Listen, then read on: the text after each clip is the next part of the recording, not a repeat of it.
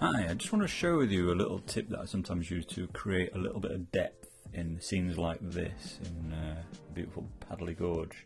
So what's happening here is there's a lot of detail going on in the trees, and I find it a little bit distracting from the foreground.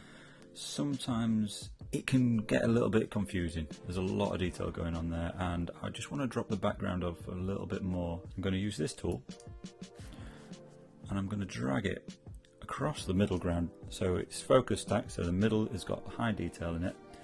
And what I'm going to do is go to dehaze.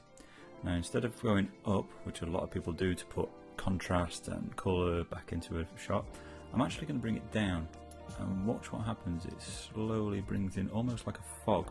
But what happens if you only use it subtly, so on this one about around 30, 29, 30, something like that. And it just adds a little bit of haze in, pushes the trees and calms them down a little bit.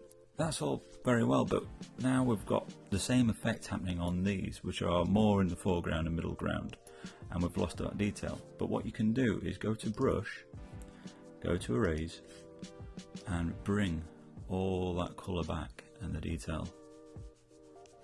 And you can do it on the rocks, on the waterfalls. I would spend more time doing this, but this is just an example, like that. There you go. So if we just go through a little before and after.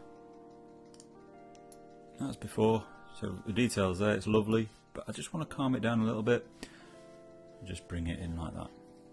Great little tool. You can use it for all sorts of landscape shots.